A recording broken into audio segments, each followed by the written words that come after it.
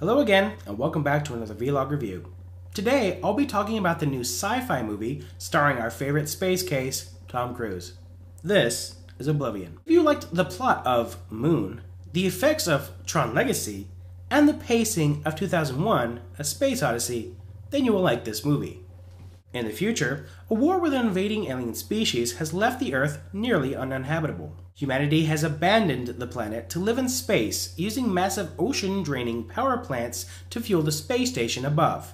Jack, as played by Tom Cruise, and Victoria, as played by Andre Riseborough, are the last people on Earth left behind to fix the automated attack drones designed to vaporize anything that could be a threat to the power generators. Jack soon becomes curious about the world he's leaving behind and why he's having dreams about a woman he doesn't remember. Just from the start, I had a sneaking suspicion that I wasn't really gonna like Oblivion. The film begins with a huge exposition dump that was already questionable. It's not unusual for a sci-fi movie to do, but it always feels like the filmmakers are just pointing out something they really didn't care about so they can zoom right past it. I'll come out and say that I'm actually a huge fan of the science fiction genre, so I tend to be more nitpicky about certain details. However, with Oblivion, I've never seen a sci-fi flick that telegraphs its ending so quickly. I would actually put money down that people will know where this movie's headed within the first 5 minutes. Which means the majority of the flick is just a waiting game. Most sci-fi movies come down to 3 categories: social commentary, a mystery,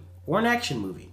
And Oblivion falls short of hitting any of the 3. The action scenes are few and far between, and the mystery is a jumbled mess. It is 2 hours of gorgeous visuals, but little more than that. With only 2 people getting the majority of the screen time, it's hard to judge the film for its acting. But Andrea Riseborough seemed to be the only one with a character that had any depth. Tom Cruise, on the other hand, felt like he was reusing his performance from Minority Report. Without a strong character presence or progression of the plot, so much of the film feels like filler. The second half is actually really entertaining, but that can't make up for the directionless start. The film was directed by Joseph Kosinski, who also directed Tron Legacy, and it shows. A lot of the poor dialogue and meandering pacing from Kosinski's earlier movie can be seen here, along with some scenes taken directly out of Legacy's effects library, which might be part of the overall problem with Oblivion.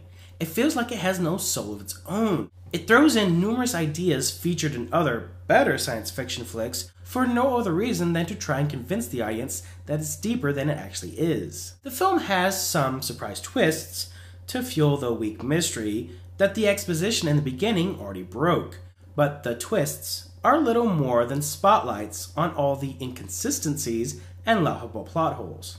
There's a problem when major conflicts can be easily overcome if one of the supporting characters just went ahead and revealed their deep dark secret instead of just sitting on it until the next act. Maybe if you're a Tom Cruise fan, maybe if you could stand the long watch, and maybe if you can see past the flimsy plot and lackluster characters, then you might enjoy yourselves. As for me, I'm really regretting not seeing The Place Beyond the Pines. Forgive me, Ryan Gosling. I fell for the temptations of a dystopian future with a Tom Cruise grin. That's it for me for now. Until next time, I'm Darren with Movie to Blender.